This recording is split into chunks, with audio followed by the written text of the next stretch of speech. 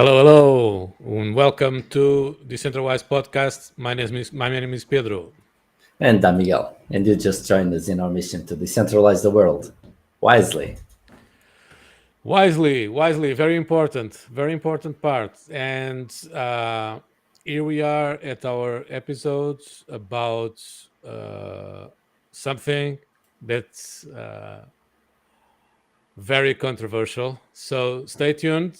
Stay tuned for all the MEV discussion and more on the side of developers because that's what we are. We don't really care much about the ethical part of it. Of course, we care, but that's not the point of this talk, right?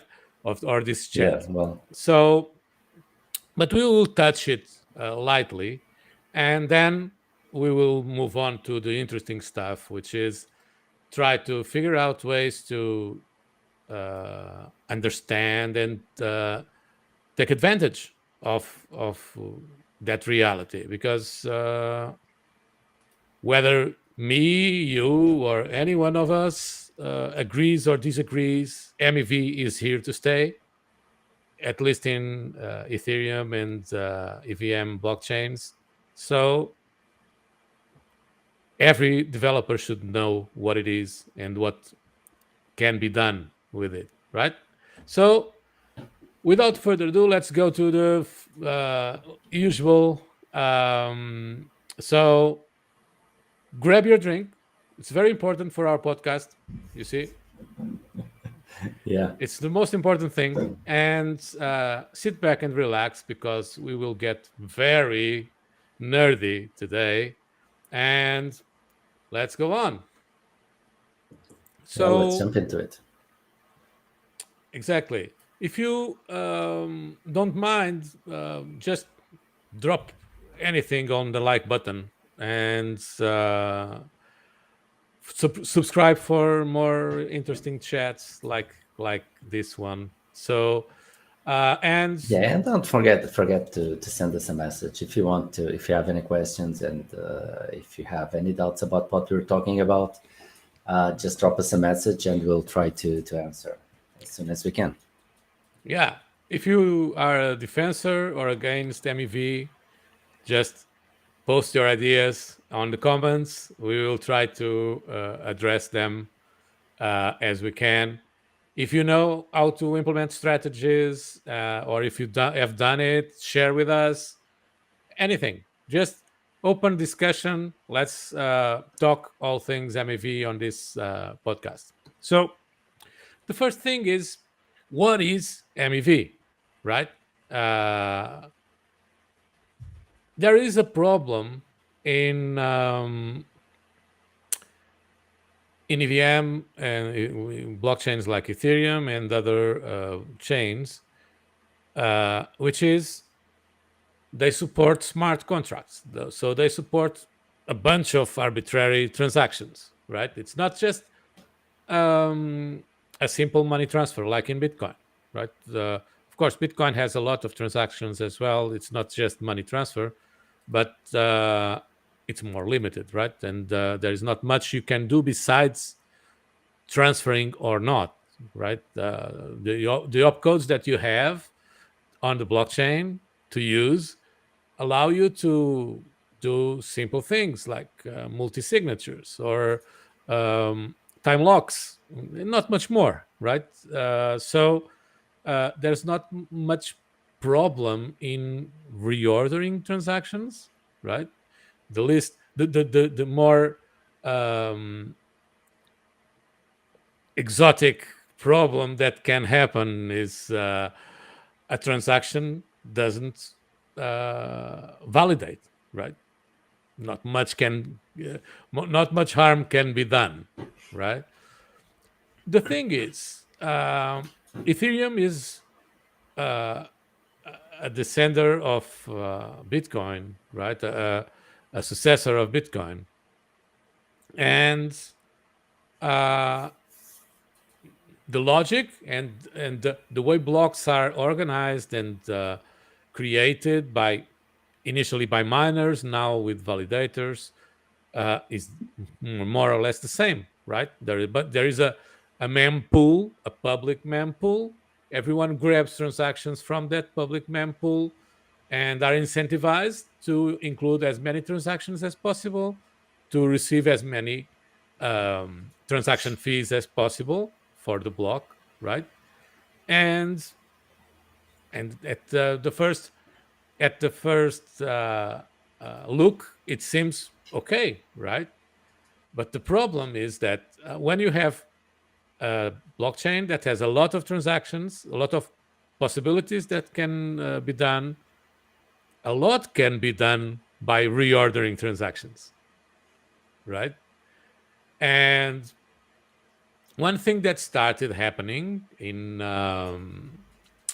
the early days of DeFi was that transactions like swaps of tokens and stuff like that were very, especially where huge amounts were involved. It was interesting to exploit those transactions and try to capture the more value we could, or at least the miners could at that time. Because just imagine someone wants to exchange Shiba Inu, $1 million of Shiba. It's a huge amount of money for Shiba has some liquidity, but it is a lot less than other coins, right? It's a meme coin, and if someone wants to make that transaction on a DEX like Uniswap, that transaction will go to the mempool, and someone with the power to make that transaction in the order they want, right? Like a validator or a miner at that time would have the possibility to take advantage of that. So imagine that you are a miner and you know that there is a transaction that is causing a lot of slippage because it's a big transaction on a very low liquidity pool on Uniswap. And the user accepts that price slippage because there is no other way. If he wants to transact a very large amount, there is always some slippage involved. So if we can talk easily about 10%, right? And 10% in $1 million transaction is a bunch of money, right? So you as a miner, you can think, okay, so the guy tolerates 10%. He is getting like 2% slippage because there is a lot of volume right now, and it can be tolerated like that. So let's take advantage of the extra 8 and sandwich that transaction between another transaction that sells or buys the token, right? And another transaction after that puts everything in the same level that it should be in the end. So what happens is that people that were supposed to buy at this price level will buy at this price level because you bought before. So they will have a lot more slippage, right? And then you sell your tokens and you keep the difference, right? And everything settles on the same level as before. So this is MEV. It can be done in several ways. It's not just this. This is the more common, like sandwiching attacks. Okay, and these are sandwich attacks. They are called attacks for a reason, right? Yeah, well, they are attacks because this misrepresents the market. So it just hacks the market in a certain period of time in order to extract as much resources as it can. So, yeah, it is an attack. Yeah. So there are people that think of MEV as a bad thing. Um, and I totally agree with them. It's a bad thing. But it's impossible to resolve, at least without changing the entire chain's code, right? Because there is uh, no other incentive for the miners that, or some obligation for them to follow the order of the transactions on the mempool. There's no such thing, right? So uh, it's not possible to change those rules so that this exploitation is not possible, right? So how what can we do in a world that in a higher value, in my opinion, uh, which is in code we trust, right? So blockchains should be that permissionless system uh, where code is executing forever, and either we agree or disagree with the code will execute forever, and that's it. This is a much higher value, in my opinion, than if it's ethical or not, having or exploiting as something that is granted in the code as possible. This is Yeah, my idea yeah. of it. The thing is, we have to take the ethical from the equation, because it is what it is, and just deal with the matter as a real thing. So it's not It like exists, that's right? something we can do. Yeah, There's nothing we can do. It is what it is. it exists. So So yeah, the blockchains were done like that, and I don't think there is a blockchain that deals with that subject in any way. no, actually, I was playing a little bit with other chains in the past, in early this year, exploring the layer twos of Bitcoin. One of them is Tax. I don't know if people know about it, and they are having the same problem. So miners realized that could take advantage of their consensus algorithm, and they are taking advantage of that. And this is a reality that people need to understand. Miners have effectively a lot of power in chains. Yeah. And Let's just try to make a parallel. How does that work in Bitcoin? what? How does that work in Bitcoin? In Bitcoin, there's no problem because the only thing that the miners can do is move money before the other people. Yeah. So they have some little unfair advantage, which This was is, just a funny yeah, joke. Bitcoin is rock solid in that respect because it's a very uh, limited purpose chain, right? Yeah. For a reason. It's not because Satoshi didn't know what he's doing. It's because that's the point of Bitcoin. It's move money around, Yeah. right? Uh, the point of Ethereum and EVM chains and programmable chains and whatnot is a completely different story, right? It's creating financial protocols, right? Yeah. So in financial worlds, check Wall Street, shit happens all the time, right? But There's it's not that that shit happens. It's a world made of shit. So yeah, you have to deal with it in the best way possible.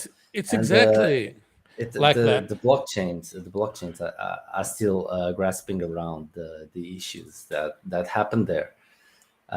So I had yeah, for now we have to take it as it is what it is. I think this is something that blockchain should deal in the future. But I had a lot of trouble wrapping my head around the ethical part of this. I have to be fair, Yeah, because I think the ethical part in blockchain development, it has a very heavy yeah. It should be it weight. should be one of the pillars Yeah, of blockchain. at It least should with be me, I think it uh, should be ethical, we right? shouldn't do projects or work in projects that we don't think they are important, or that they Yeah. bring value to the greater uh, Yeah, industry, to the greater right? good, right? And yeah, and that's one of the things. So it should be one of the pillars of blockchain projects, and this is embedded in the roots of the blockchain, that we just figured there's nothing we can do, and all the developers just figured there's nothing that can be done about it. It is Yeah. what it is, because the code doesn't even contemplate that. And yeah, but What it's what something that eventually will have to be dealt with, in what my opinion, of course. solved this in my mind was the comparison with high frequency trading in TradFi. Uh, High frequency trading is just the same shit almost as MEV. Um, they are taking advantage of a legacy system that has a lot of nodes, a lot of people, human people in the middle, like the broker dealer, the dealer, whatsoever, and they are inspecting and grabbing data from all the exchanges and all the brokers and all that, and composing strategies to take advantage of real life situations. It's the same thing. And I Not don't, exactly, because, well, it they can is. manipulate the market, but it's not the idea, the concept itself. It's just uh, act faster, right? The notion of that is have a huge computer that gathers a lot of information that you and me can gather, and reach to the same conclusions and act, Yeah. but we are not fast enough. That's the main thing. But what This is something results? different. This is manipulating the transaction in order to extract as much resources as you can. But it's comparable because if they know that from data, not from rumors or from news, if they know from data that there are a lot of sell orders of an asset, they can go ahead and uh, uh, sell before, right? So it's Yeah, an but advantage that's just anyway, right? it's reacting to the information as fast as you can. Hmm. So this is not the same thing. This It's is okay. You cannot do anything about it. You already posted the transaction, and I'm going to act on this information, whether you like it or not. You won't even have a chance to react on it, because on fast trading, it's not like that. You are just not fast enough, but it's which is a bit different, because if you have a computer, you can be fast enough. But But in here this case, you, you cannot do anything. You you already can you said, can okay, I want this transaction, and after you do this, somebody picks on the transactions, goes check everything, and manipulates the block in order to extract as much resources. And you cannot even withdraw the transaction. You cannot do anything because you already posted the transaction, and there's nothing you can do. you can. So the difference is you are applying to a reality of the market, and somebody is changing the market in order to steal money from you. But they can just do it if you are not careful enough. Because without going into MEV boost, because that's another topic that we will talk about it after. Uh, you can by using the flag or the slippage acceptance data on your transaction, at least on Uniswap. There are other transactions that don't allow that, but mostly there is a reason for that, right? The guys that developed Uniswap and understood that these kind of attacks could exist, right? And usually on DeFi, everybody understands what the sandwich attack is. It's a common thing, right? So when you develop such a system, you have to take precautions so that people don't get completely screwed, right? And that's why there is a slippage allowance on the transactions on Uniswap and in many other dexes. So that's what you have to do. The problem is that some people, by making huge amounts of bigger amounts, transactions with bigger amounts, and not understanding what the slippage is and why there is, right? They just think that, okay, I will have to tolerate 10% or 20%, or there are people allowing like 50% slippage or something like that. It's crazy, right? Those guys don't know what they're doing effectively. Does it make it fair for people to take advantage of them? No, of course not. But effectively, they are being uh, not cautious enough, and this is Yeah, a because they're problem, putting right? 50% because they think that it will never get there. So It's they just a just want to switch, pass the transaction. Yeah, they right? just want to pass the transaction, and yeah, they just want to make it, and they just put a high threshold there. But Yeah, what they think is okay. It will stay on the 1% or the 2%, which is what my wallet is currently saying that it's going to be. yeah, and it's much better for them to understand that if they uh, put it 50%, probably it will be 50%. So stop being stupid or Yeah, being um not very careful about this, because this is money that we're talking about. So it's better to lose the transaction fee and the transaction not go through, but you don't lose a bunch of money, than put 50% in slippage on a big transaction. Okay, because there is another thing. You don't need a bunch of money to manipulate the prices, right? There is a thing that is called flash loans, which is crazy.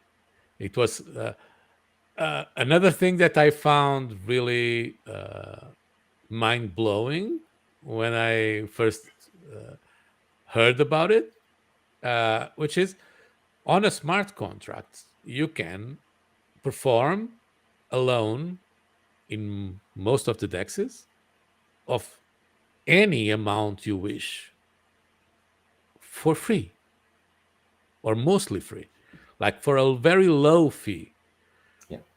So you go ask for $1 million, use those $1 million to manipulate the prices, sandwich the other transaction, and pay the $1 million, pay a little fee on top of that on the same block, and you're done. Yeah. This And is and the interest that you pay crazy. is so small because or near to zero that it's crazy because it will be on the next block or even in the same block. So It is. It has to be in the same block, in the same transaction, so yeah, that it's impossible for you to take the money, right? But yeah, this has a bunch of possibilities. And of course, it's one of the things that I would like to cover on this podcast as an unfair advantage for developers, right? It's something that the user, the regular user, cannot do because they have to deploy a smart contract for that, because there is a callback function that is called when you receive the funds, right? Uh, and at the end of that function, you have to pay it back. So there is it has to be implemented in a smart contract. So uh, developers have a very unfair advantage on by having these tools that nobody else uses or not nobody else has access to, which is very very interesting, right? oh yeah, Flash loans are a very interesting thing, and that uh, associated with MEV bots, it's a crazy combination because you can grab the money that you want, mostly for free, to manipulate the prices in whatever uh, direction you want to take advantage of the most accepted or tolerated price discrepancies of any transaction in the system. And this is crazy, right? Uh, so this this is what MEV is. Uh, it's what what what happens in Ethereum and many other chains. On the lower market cap chains, it's not as much. It's not very. It's not hard to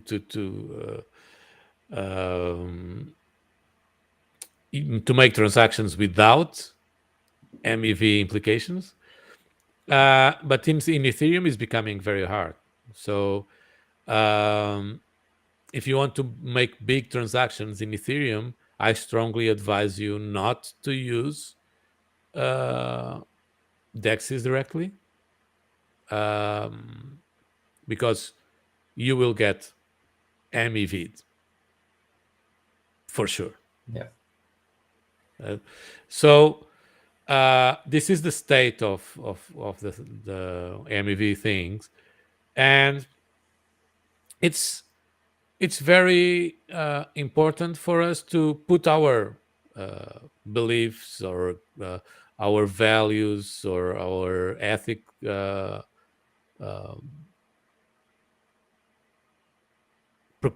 ethical reasoning aside and take this as a reality. It's there, it exists, right? yeah. And right now there is no way around it. So we better deal with it and start talking as a reality. So this brings us to Flashbot's MEV boost, and this is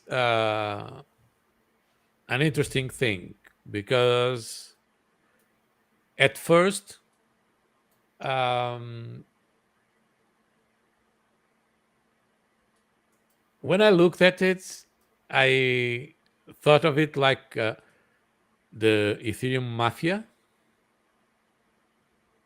So you have crime, which was the attackers and the hackers that were doing, or the block producers or miners that were doing attacks I don't on. see it. Honestly, I don't see it as a mafia. I see it as government because it's crime. It's legal crime, right? If you take the code as law, it's legal crime. It's allowed by law. So it's government. Yeah, you can see it on both It's ways. not mafia. But the first time that Mafia is not. It's not acting on the side of the law. The government is. but there was that thing that with the mafia gangs that for you to be able to do your own business, you would have to pay a fee. Otherwise, you would be taken out, Yeah, in the right? government, it's called taxes. Yeah, that's it can be seen as both, right?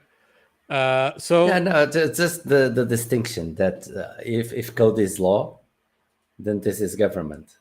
It's not mafia. but you can see government as mafia. And That's no, there it's are different. there are The, many the side, it depends on which side of the law you are. man. If If you are, and it doesn't matter if you're doing good things or not. If you are going against the law, and if you are a big economic group, you are a mafia. But you are seeing the if law you as are some if you are identity. just the same but on the side of the law because the laws were done to benefit you, it's called government. So No, but the government makes the law, yeah, so yeah, I know. it's their task to put them on the law side. So what's the Yeah, point I of know. that, right? Yeah, I know. Yeah, So but the it's the same distinction thing is there. Yeah, with the minor distinctions, right? yeah. So um, They are concurrency. They are concurrent between each other, right? So yeah, they usually fight a lot between. yeah, they are fighting for the same money. They don't like mafia because they don't like competition, right? Yeah, it's bad. It's bad business. It's not that they are Yeah, exploiting they just don't people. like competition. Yeah, Yeah, they know what that is very very yeah, well. So anyway, ethical parts apart. yeah. Um, the first time that I looked at MEV Boost, I thought, okay, this is insanity. But then I realized that it democratized uh, this problem or this exploitation. So, what is MEV Boost? MEV Boost is like a market where people can contribute strategies, right? So, uh, me as a developer, I can search for certain kinds of transactions that I am interested in, figure out exploitations that I can do on those transactions, and propose um, those strategies to a market where the validators or the block producers or the miners, uh, right now validators in Ethereum, they get strategies from, so that they can take their share, and I just keep uh, my slice of the profit, and they keep the rest, right? Yeah, I kind of see it as mining pools. It's almost the same. You are just you gather a group around you that are solving a problem for the same benefit. So I see it a little bit like that. It's A mining pool, in my opinion, a mining pool is also just create an unfair advantage, because if I have my own computer and I'm trying to solve a problem, it's different to have a farm of computers solving a problem. So it's an unfair advantage there. Yeah. So I see it a little bit in the same way. Yeah, it brings, um, it allows everybody to have the same powers Yes.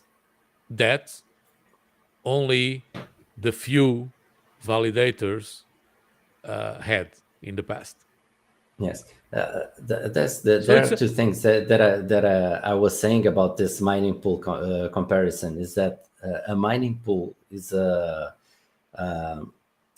it's an unfair advantage if comparing to the regular miner, right? Because it only has like a Raspberry Pi doing some mining, and you have a farm of computers. So it's really an unfair advantage, but it allows you to make part of that unfair advantage. yeah, So it's like a democratization, because yes, otherwise you couldn't mine, right? yes. So So they are taking that unfair advantage as reality, and okay, let's democratize this, and let's make it available for everyone. yeah, so um, this MEV boost is very interesting in the way that we can send search for be searchers searching for strategies, and we can submit them. And uh, actually, there are wallets, uh, DeFi wallets, that are using MEV Boost already for sending normal transactions. So, what does this mean?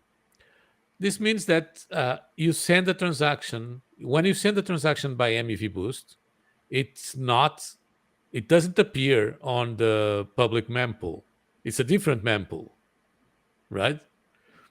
So what happens is that a transaction that goes through MEV Boost becomes invisible for MEV exploiters, right?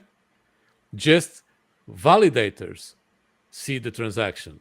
And if you are generous in your fees for validators, they will like to include your transaction on the next block.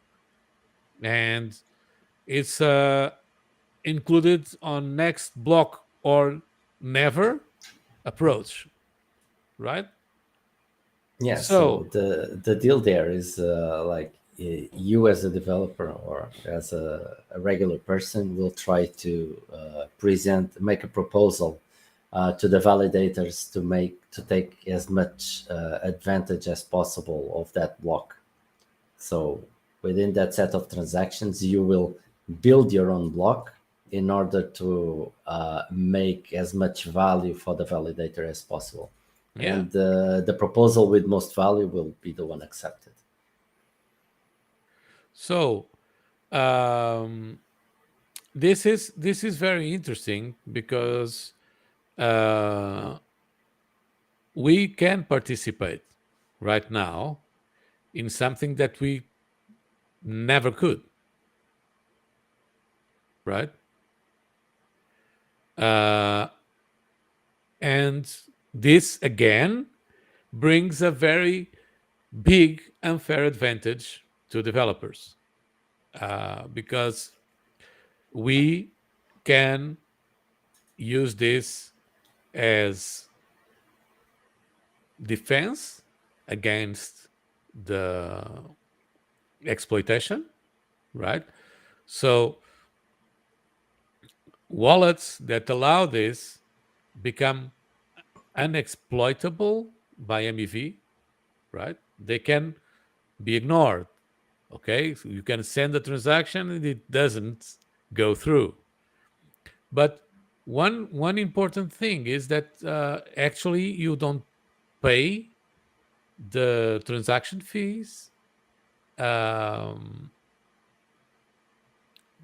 on chain because it's off chain. The transaction is sent off chain to MEV Boost, right? So and if it gets included, then you are charged the fees. If not, you're not. So um, you don't lose much. Actually, you gain a lot because you send a transaction. Okay, you have to share to pay probably a slightly higher fee than the usual. But if we would go through the normal, uh, imagine Uniswap, and you would have a big transaction to send, considering that you would be exploited, the most important the it would be very high um, probability of your transaction not going through, or if it would go through, it would go with a very high slippage, and you would pay a lot, right? Yeah, So in this case, you can circumvent that by, instead of having a huge slippage and paying a lot, you will pay a little bit more to the miner or to the validator and propose your transaction through MEV Boost. And if it goes through, you will at least know what you'll pay, yeah, right? And that not can be be true. exploited. That can be true for the highest. Let's say that the two of us will make are going to make a huge transaction in the same block. Both of us are developers, and both of us will make a proposal to the validator. Only one of us will win. So only one of us will be benefited. So the other one will pay the the huge No, slippage. no, because the problem is the way this works is that your transaction, your proposal will be uh, either included in the next block or never. Or not, or never. So it will fail, and I lose Yes, the. you So don't lose anything. it's lose the. It's the best of a bad situation, right? So Yeah, either I lose the slippage, or I lose the opportunity, because it might be losing the opportunity of selling that or buying that yeah. in that particular If I time. pay more, and if I see the same transaction as you as exploitable in some way, and I pay more fees than you, I will beat you in that market. So I will win that transaction. My transaction will go through, but yours won't go through, and you pay nothing. Yeah, So yeah, but I'm losing opportunity, yeah, right? Yeah. yeah. So, but it's a fair market, right? Uh, No. it is, because if you would want that transaction to go through, you would have to pay more than me, right? If Yeah, I pay but more, it's like, that's what it is, man. yeah, yeah, I know. We That's cannot go back to the ethical part. Yeah, because So yeah, that's what it is, right? yeah, And actually, blockchains game theory, uh, that's the baseline of game theory in blockchains. People are incentivized to take the best profit they can. So yes, that's why transactions are included in blocks faster if they pay higher fees. So that's that's natural. It's part of the game theory, right? yeah, And this is the point. Yeah, In MEV I think Boost, that's it's part the of the same game thing, theory. right? I think that's part of the game theory in life. So the more efficient, the best you become, Yeah, or the more profitable you become. So and that's the same thing for the rest of it, for the rest of your life in every field. So it's not something that it's unnatural. It's just the realization of a natural law. yeah. So, MEV boost. How can we take advantage of that? What's happening in the real world and stuff like that? So, developers that are watching this, please be careful. Not don't go to GitHub. Try to search for the next MEV boost bot that makes you millions, right? There's a bunch of projects there that are uh, robbing your funds from your wallet. Okay, Of I- course. if you see if you see a project in GitHub that in the functions of it on the smart contracts that they use to perform the whatever they say they will do with very large assembly blocks or very cryptographic chunks of bytes in them, don't fall for it. Okay, you should know better.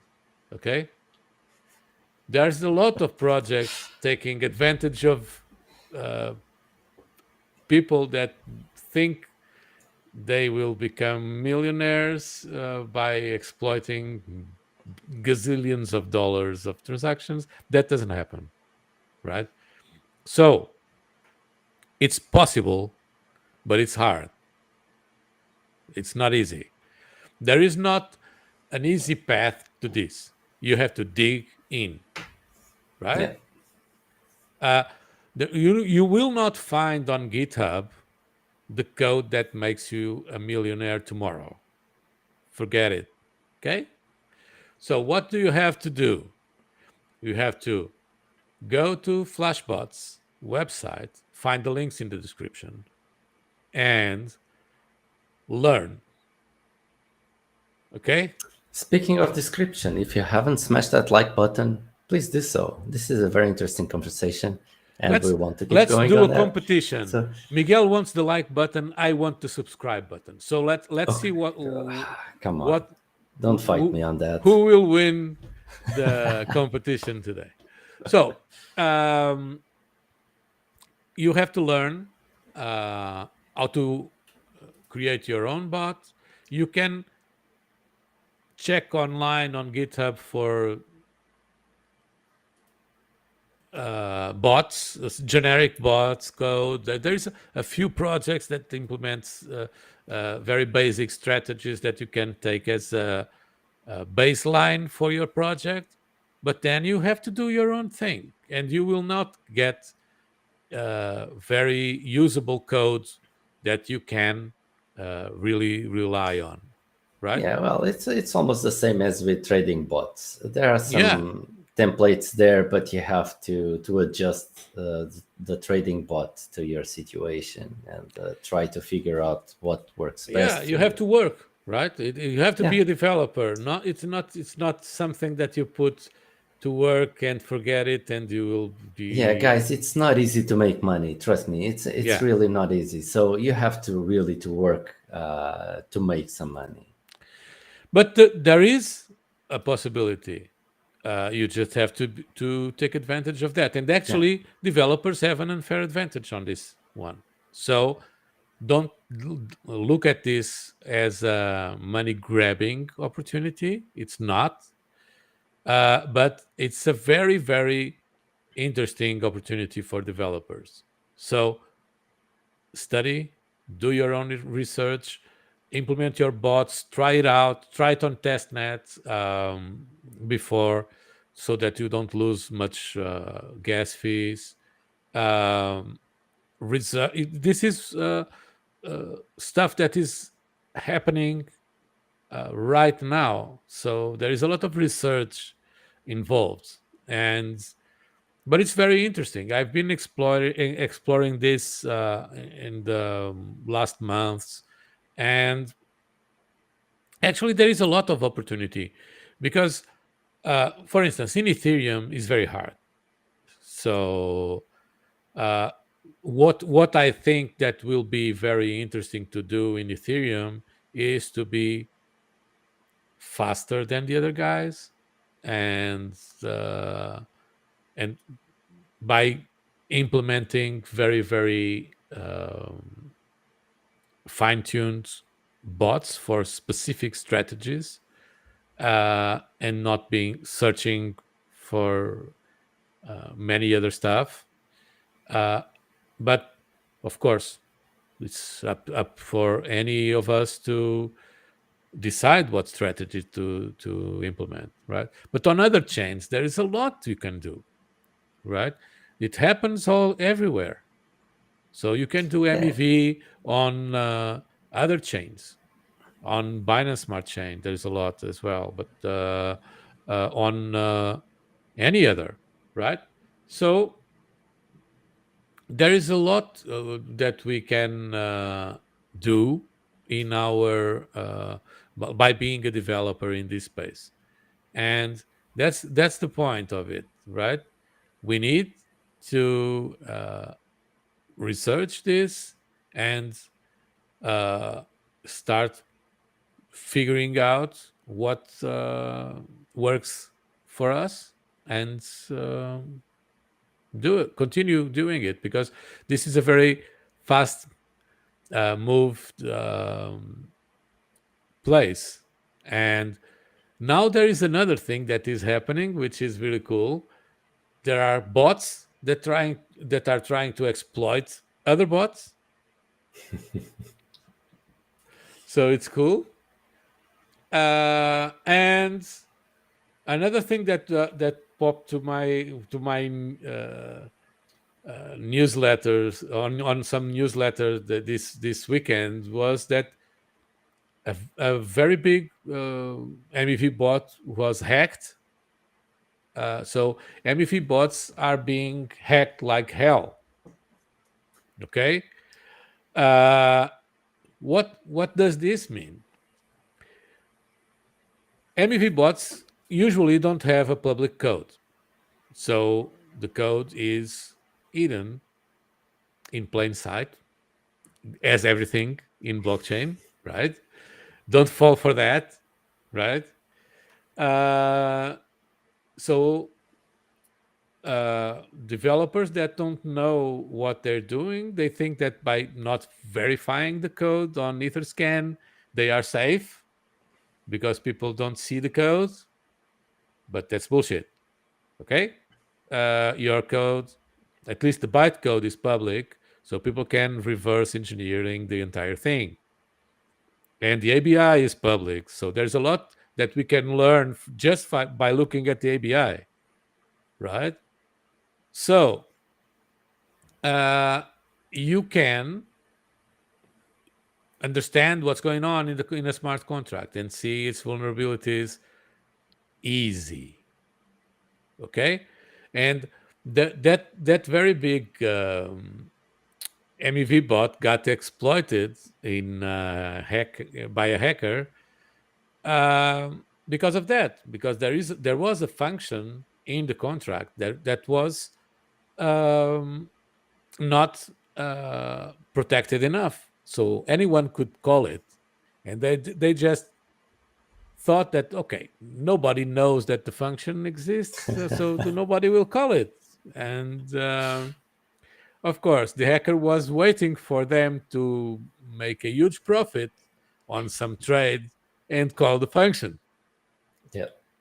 yeah, So this is another thing that has developers and hackers can take advantage of. If you are on the fence, not understanding if MEV is acceptable on your values or not, if you don't like it or you don't want to go through, I am touching the microphone. I hope people like it. Uh, that's what I do, It's right? wonderful. Walk, walk. So uh, if you don't like going, or you don't think that it's good to use MEV as a democratization of this space, just go the other way around and try to exploit MEV bots. That's Yeah, fun. And why not? If you don't agree with what they do, there's a saying in in Portuguese, and I don't know if in English it's the same thing, but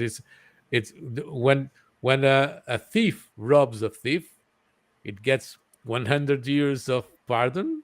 So uh, uh, just think of it like that. So if you think that they are thieves, they deserve that yeah, that you punishment, exploit and them. yeah,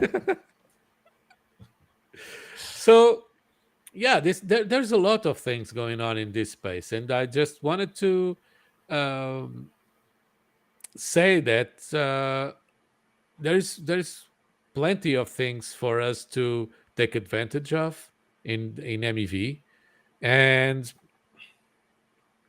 I am looking forward to develop some strategies on this. Actually, I'm working on that, and I am very, very open to probably make something public on a video on this channel about creating a bot or cre- connecting to MEV Boost or stuff like that in the future, because I really think that there's a lot to be done in this space. And if there is MEV and we cannot um, take it away for good, let's take advantage of that, because why not, right? If we don't, yeah. For someone for the will, time being, right? yeah, for the time being, is something that we have to live with. So yeah, let's take the most advantage of the reality. So on the description you have a bunch of links that you can check and learn. So go there, experiment, research. If you have any questions or any ideas, Yeah, there are send also us. links to our social media, so please get to us Yeah, and ask us questions. get to our Telegram and say hi and share your ideas with us. And yeah, I am looking forward to implement something on this and to share my experience with you guys on some videos, because this is very, very interesting. And I don't think we will be making millions. Don't fall on that trap, because there's no such thing. But actually, you can be the lucky guy making a huge success on this. It's a question of being more fair in your payments to the mob, or Government. actually finding a strategy that no one figured out. So you can win even in a very competitive market that Yeah, we have it today. will be tough. It will be tough. There are strategies around, and it is what it is. It's not going to be easy to beat them. But blockchain, the beauty of blockchain in this Web3 space is exactly that. It's difficult, but it's not Yeah, impossible. So yeah, and when you make it, it's profitable. yeah, and there, if you want to check out, there are explorers that you can use to just go to Flashbots. They have their own MEV Explorer, and you can check what's going on chain. It's not updated like real time, but you can uh, figure out what's happening. And man, there's a bunch of money to be made there. The bunch of money. Yeah. It's not. It's as I say, it's not easy. But if others can, why can't you? Right? Yeah. It will not be every day that you make 100 or 200,000 dollars in profit, as you can see there, easy. But you can eventually. So why not try, right?